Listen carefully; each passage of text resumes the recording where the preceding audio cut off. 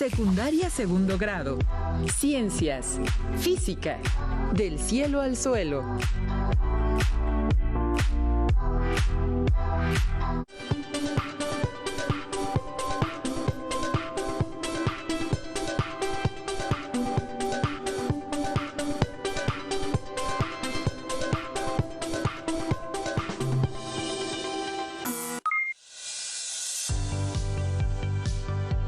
Bienvenidas y bienvenidos estudiantes de segundo grado de secundaria a la asignatura de Ciencias, Física. En nuestra quinta sesión nos acompaña la profesora Nora Alejandra Peña, quien nos apoyará en el desarrollo del tema del día de hoy. Bienvenida, maestra. Gracias, Enrique. Estoy muy feliz de participar en esta sesión, cuyo título es Del cielo al suelo. Enrique, ¿de qué te imaginas que hablaremos hoy? Pues cuando hablamos del cielo al suelo, yo imagino una caída. Efectivamente, Enrique. En este programa identificaremos el movimiento que nos desplaza del cielo al suelo y los puntos más importantes que lo caracterizan. Para ello, analizaremos la caída libre de diferentes objetos. Para iniciar, necesitamos que tengas a la mano los siguientes materiales: lápiz y goma, colores, cuaderno de hojas, que sea cuadriculado. Te sugerimos que tomes en cuenta las siguientes evidencias de trabajo: mapa mental, texto argumentativo de un ejemplo de caída libre. Para facilitar ese trabajo, no olvides tomar notas de las ideas principales de tus reflexiones y de las preguntas que surjan durante el desarrollo del tema del cielo al suelo. Bueno, si ya tenemos todo, entonces, ¿qué le parece, maestra, si comenzamos? Claro que sí, Enrique. Desde hace mucho tiempo, a grandes pensadores y científicos como Aristóteles, Galileo Galilei e Isaac Newton han estudiado este movimiento. El primero en estudiarlo fue Aristóteles. Él observó mucho tiempo la caída de diversos objetos y después de reflexionar sobre ello, estableció que los cuerpos pesados caen más rápido que los livianos. ¿Tú qué opinas, Enrique? ¿Consideras acertado lo establecido por Aristóteles? Me parece lógica su aseveración, pues también me he percatado que una pluma cae más lento que algún objeto pesado. Pues déjame decirte que esta aseveración era errónea. ¿Qué te parece si realizamos un pequeño experimento para que lo comprobemos? Me encanta la idea, pero ¿cómo empezamos? Vamos a utilizar esta hoja de papel y esta bolsa de arroz. Por favor, tómalos en las manos y dime cuál es más pesado. Pues es más pesada la bolsa de arroz. Entonces, ¿cuál de ellos caerá más rápido al suelo? La bolsa de arroz. ¿Seguro? Iniciemos el experimento y pongan mucha atención. ¿Listos? 1, 2, 3. Si existe alguna duda, observemos en cámara lenta.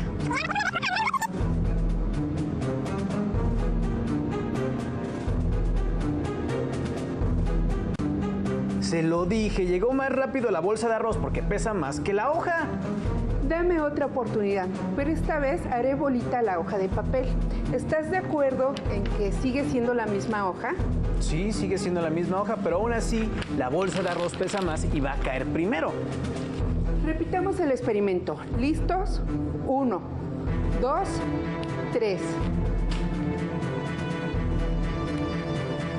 Volvamos a verlo en cámara lenta.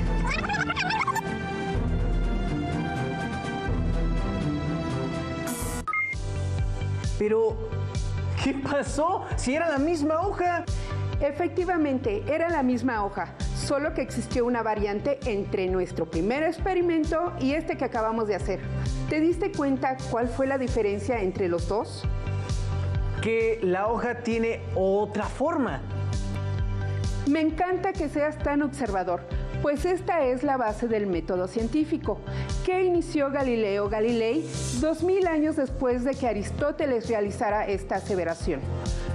Consultando la revista de divulgación de la ciencia, Como ves, encontramos que se publicó un interesante artículo sobre los 100 años de la teoría general de la relatividad, en la que se incluyó un breve texto sobre la importancia del trabajo de Galileo Galilei en el desarrollo de la ciencia que hoy conocemos como física. El fragmento dice: en su libro Vida de Galileo, Vincenzo Viviani, último alumno y primer biógrafo del científico italiano, cuenta que su maestro desmintió a Aristóteles en lo tocante a la caída libre con repetidos experimentos hechos desde lo alto del campanario de Pisa con participación de los otros maestros y filósofos. Esta frase es la base de la leyenda de que Galileo dejaba caer bolas de plomo y de madera desde lo alto de la torre de Pisa, ante la mirada atónica y furibunda de sus detractores aristotélicos. La leyenda seguramente es falsa, pero no hay duda de que Galileo sabía que dos cuerpos de pesos distintos caen exactamente al mismo tiempo si no hay resistencia del aire. Este pequeño experimento nos ayuda a comprobar que dos objetos de dimensiones, formas y materiales distintos llegarán al suelo al mismo tiempo, siempre y cuando caigan de la misma altura al mismo tiempo. Esto es bastante interesante, pero aún no me queda claro qué tiene que ver la forma de la hoja para que ésta caiga al mismo tiempo que un objeto pesado. Cuando la hoja está extendida, ofrece mayor resistencia al aire. Esta resistencia frena la caída, por eso nos da la percepción de que cae con más lentitud. La resistencia al aire que presentan algunos cuerpos es un elemento que no había considerado Aristóteles, de ahí su confusión.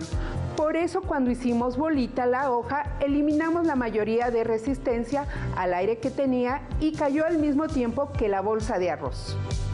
Por eso, cuando una hoja cae, podemos ver que la resistencia con el aire evita que caiga en línea recta hacia abajo. Correcto, Enrique. Una de las características más importantes de los objetos en caída libre es que la gravedad es la única fuerza que actúa sobre ellos y que su caída es vertical descendente. Acabo de sorprenderme y de aprender algo nuevo. Si se quedaron con alguna duda, invitamos a nuestros estudiantes a que observen el siguiente video. Los invitamos a que anoten las ideas principales, ya que esto los ayudará a realizar evidencias de trabajo propuestas.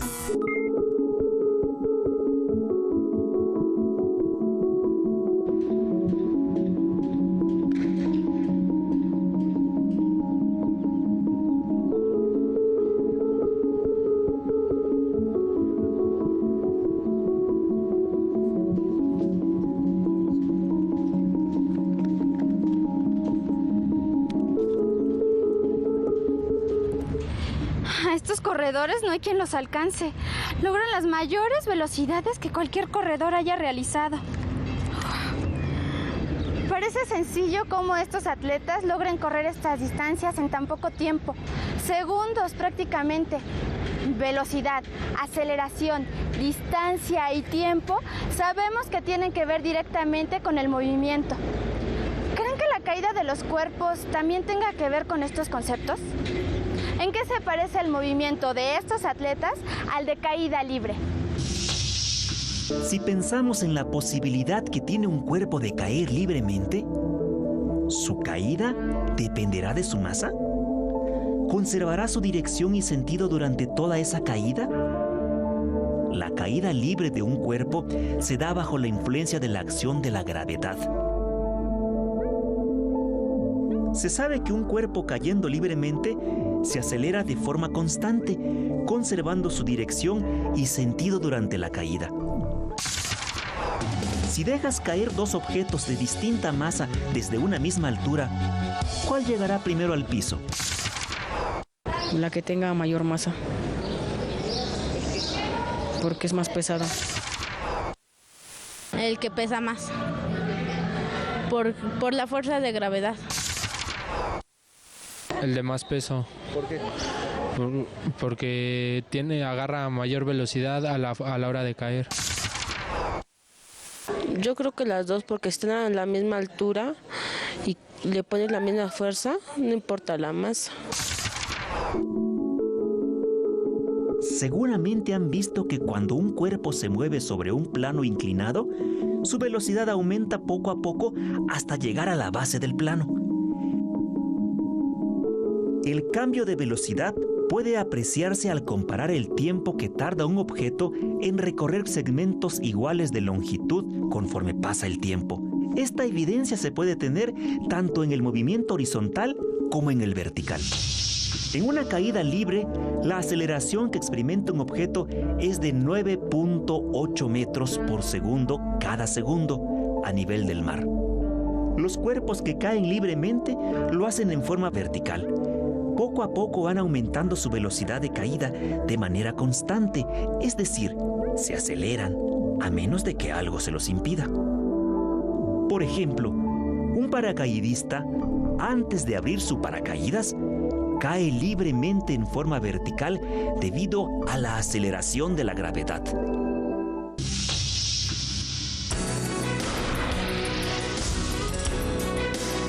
¿Sabías que Galileo Galilei, empleando materiales sencillos, realizó el experimento que le permitió introducir el concepto de aceleración? Para realizarlo, utilizó un plano inclinado, por el cual hizo rodar varias bolas de metal bien pulidas, para disminuir la fricción.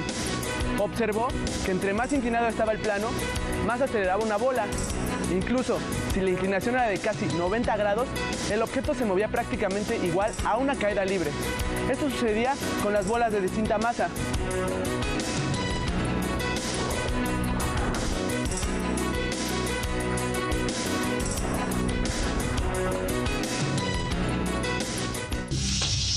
El experimento de Galileo Galilei no solo demostró que los cuerpos caen con una determinada aceleración, sino que entre mayor sea la inclinación, se produce una mayor aceleración. Y cuando el plano es totalmente vertical, entonces el cuerpo alcanza su máxima aceleración. El valor de esta aceleración indica que un objeto cambia su velocidad a razón de 9.8 metros sobre segundo al cuadrado.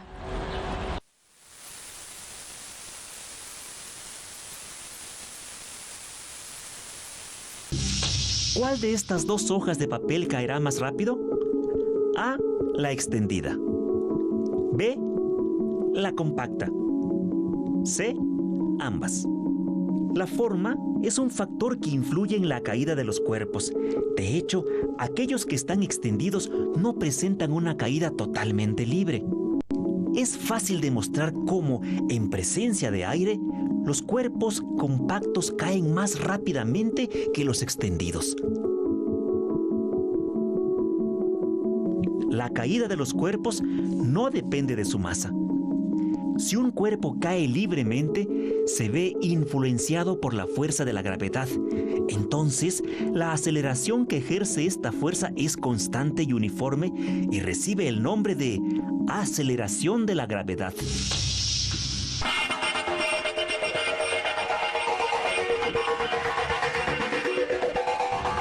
¿Observaron a este atleta? En la prueba que acaba de realizar, experimenta un movimiento vertical cuando apoya su garrocha para pasar la valla y una vez que lo ha logrado, experimentará en su cuerpo la aceleración de la gravedad hasta llegar a frenar totalmente en el colchón.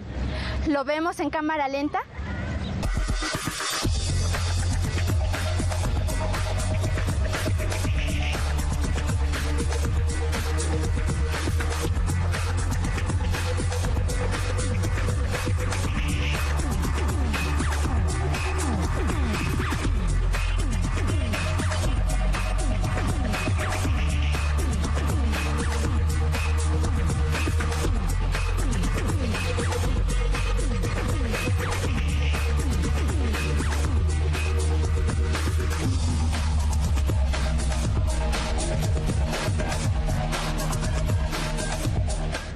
En realidad lo que experimenta este atleta son varias situaciones y una de ellas es la caída libre al pasar la valla y empezar a caer hasta llegar al colchón. Todos los cuerpos pueden experimentar movimiento, aun los que parecen estar en reposo se mueven. Si observamos este ejemplo y lo comparamos con el movimiento de los corredores de 100 metros, ¿en qué se parecen?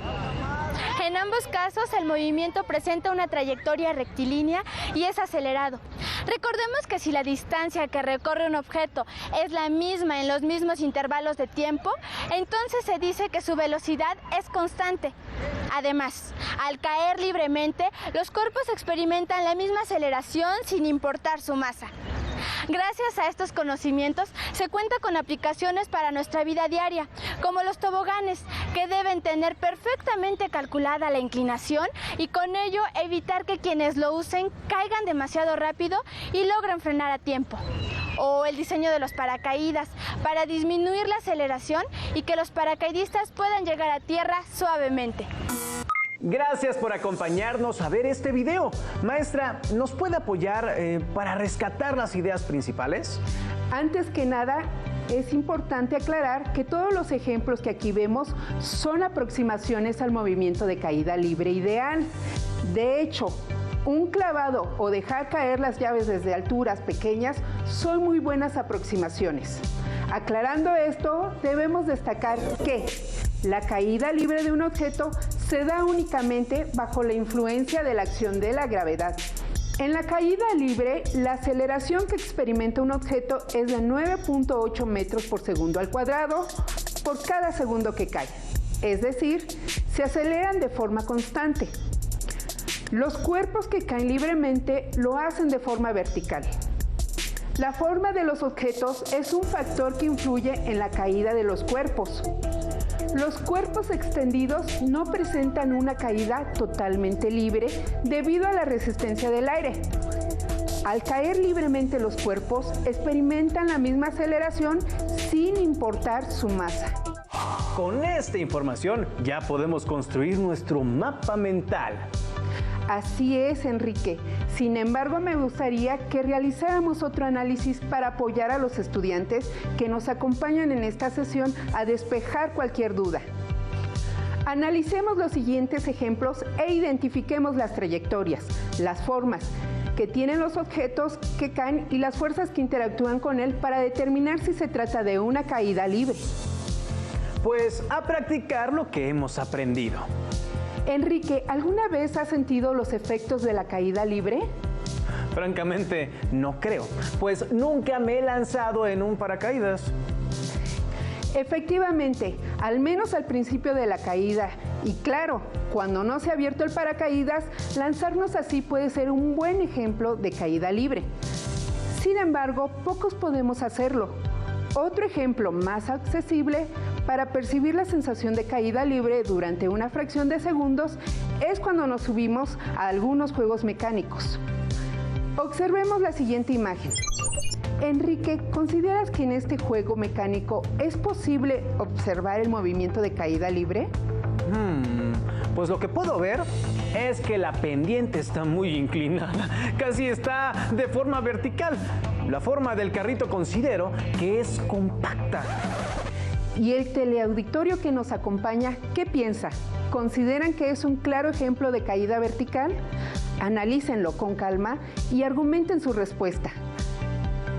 Enrique, ¿a qué conclusión llegaste? Fácil, aunque no estoy muy seguro, considero que se trata de un ejemplo de caída vertical. Enrique, ¿qué es lo que te hace dudar? Pues que la trayectoria no es totalmente vertical. Muy bien, tienes razón. Además de que la trayectoria no es totalmente vertical, existe otra fuerza además de la gravedad. ¿En serio? ¿Cuál? Si el objeto es compacto. Efectivamente, el cuerpo es compacto, por lo cual la resistencia del aire es casi nula. Sin embargo, el carro, al correr sobre los rieles, durante todo el desplazamiento provoca fricción entre las dos superficies, lo que ocasiona una desaceleración de movimiento, por lo cual la gravedad no es la única fuerza que interactúa en nuestro ejemplo. Por ello, este no es un ejemplo de caída libre. Empiezo a entender. Pondré más atención en el siguiente ejemplo. Invitamos a nuestras alumnas y alumnos a que hagan lo mismo, pues con estos ejemplos lograrán realizar el texto argumentativo sugerido. Observen la imagen y argumenten si se trata de un ejemplo de caída libre. ¿Qué opinas, Enrique? ¿Se trata de un ejemplo de caída libre? Pues después de observarlo con detenimiento como Galileo Galilei, he concluido que se trata de un movimiento de caída vertical. ¿Estás seguro, Enrique? Esta vez analicé la imagen con más detalle y puedo observar una parte del riel totalmente vertical, por lo que ahora sí estoy seguro de que representa un movimiento de caída libre. Tienes razón, Enrique. Cumple con la característica de la trayectoria vertical en ese tramo del juego. Al igual que en el ejemplo anterior, existen otras influencias además de la gravedad, sin embargo, esta es casi nula por las características del diseño del juego, por lo que es posible considerarlo como un ejemplo de caída libre. Todo esto me ha ayudado a aclarar algunas cosas, pero aún tengo algunas dudas y preguntas, tal como podrían tenerlas las alumnas y los alumnos que nos están viendo. ¿Te parece si observamos una tercera imagen, pero esta vez les pediremos a nuestros estudiantes que la examinen muy bien, pues a partir de ella completarán su texto argumentativo? Me parece muy bien, pero ¿qué te parece, maestra, si hacemos algunas preguntas? Estas cuestiones deben guiar a los estudiantes para determinar si podemos considerar la imagen 3 como un ejemplo del movimiento de caída libre. Claro que sí. Mientras miran la imagen, traten de contestar las siguientes preguntas. ¿Existe algún agente externo además de la gravedad que provoque la caída del agua? ¿Cómo es la trayectoria que describe el desplazamiento del agua?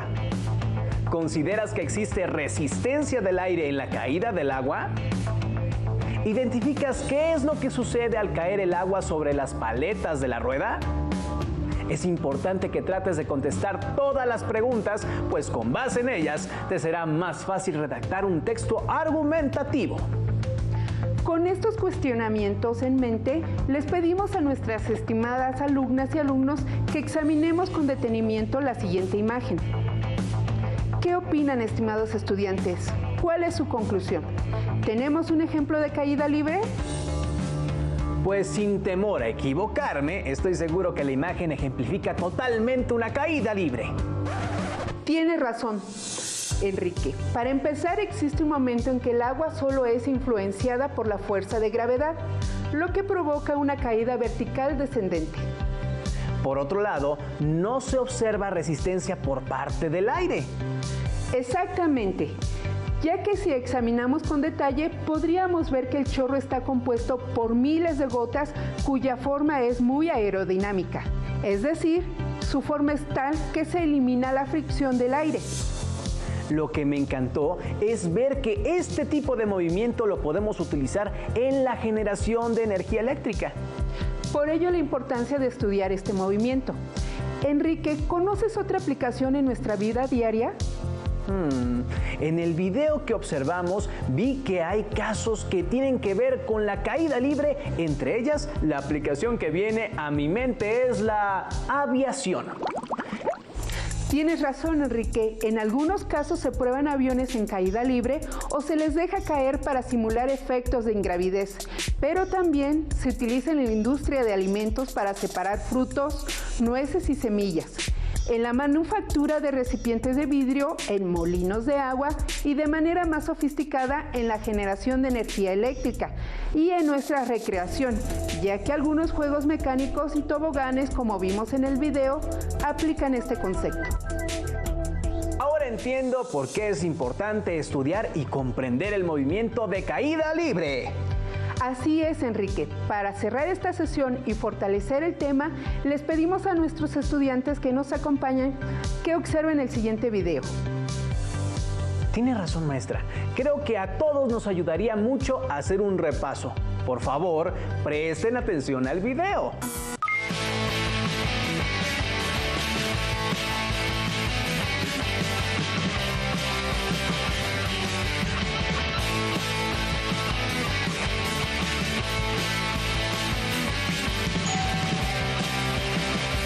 Hola, ¿cómo estás? Hola. Te paso las llaves, ¿va? Va, gracias. Ahí te van. ¿Te has preguntado cómo caen los cuerpos o por qué lo hacen? Para responder estas preguntas necesitamos saber a qué tipo de movimientos nos referimos. Llamamos movimientos acelerados a aquellos en los que la velocidad no es constante, puede aumentar o disminuir. Pero, si esta velocidad guarda siempre una misma proporción con el tiempo transcurrido, es decir, mantiene aceleración constante, se convierte en un movimiento uniformemente acelerado. La caída libre es un movimiento uniformemente acelerado, porque al dejar caer un cuerpo, describe por influencia de la gravedad un movimiento vertical descendente. La aceleración constante en la caída libre es la aceleración de la gravedad, que se representa con la letra G y equivale a 9.8 metros por segundo al cuadrado. Esto significa que la velocidad de los cuerpos en caída libre aumenta 9.8 metros por segundo. Otros factores que pueden influir en la rapidez con la que caen los cuerpos son su forma y la trayectoria.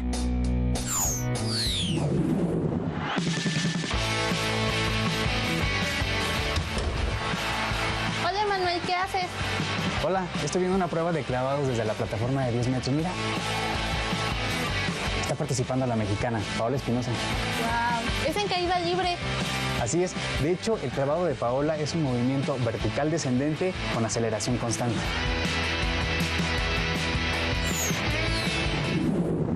El clavado inicia en la parte superior de la plataforma desde un estado de reposo. Por ello, sabemos que la velocidad inicial es igual a 0, igual que el tiempo. La altura, representada con la letra H, es de 10 metros. También conocemos la aceleración constante de la gravedad, que es 9.8 metros por segundo al cuadrado. A partir de los datos que tenemos, podemos calcular el tiempo que tarda Paola en llegar al agua y la velocidad con la que impacta en ella. Para conocer el tiempo, utilizaremos la fórmula para calcular la altura de una caída libre. Despejamos el tiempo. Sustituimos los valores que conocemos. Dividimos el valor de la gravedad, 9.8 entre 2. El resultado es 4.9. Realizamos la nueva división. El exponente del tiempo pasa como raíz cuadrada. Obtenemos la raíz. 1.41 segundos es el tiempo que Paola pasa en el aire antes de entrar al agua. Para determinar la rapidez adquirida durante la caída, empleamos la fórmula velocidad final igual a la aceleración por tiempo. Sustituimos los valores y realizamos las operaciones. El resultado es 13.82 metros por segundo. Entonces, pues hay muchísimos otros ejemplos de caída libre de la vida cotidiana. Por ejemplo, cuando tú avientas una piedrita a un pozo para ver qué tan profundo es. ¿Qué te parece si calculamos cuánto tarda en caer la botella? Va, ok. Por ejemplo, ahorita que le vas a tirar. Queridos estudiantes, los invitamos a comentar con su familia si han experimentado la caída libre o si han observado alguna aplicación diferente a las mencionadas el día de hoy. Los invitamos también a reproducir el experimento que realizamos en esta sesión, utilizando objetos con formas, tamaños y materiales diversos. Agradezco a la maestra Nora Alejandra Peña por su valiosa intervención y a ustedes, estimados estudiantes, los invitamos para que nos acompañen en la próxima sesión de Aprende en Casa 2. ¡Hasta pronto!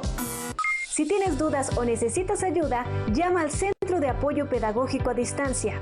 El número de teléfono para secundaria es el 55 36 01 71 23. Si requieres consultar los libros de texto en versión digital, recuerda que los puedes encontrar en la página conalitec.cep.gov.mx. Y recuerda que también cuentas con el sitio aprendeencasa.cep.gov.mx, en donde podrás ver nuevamente los videos de los programas y además encontrarás actividades para fortalecer tus aprendizajes.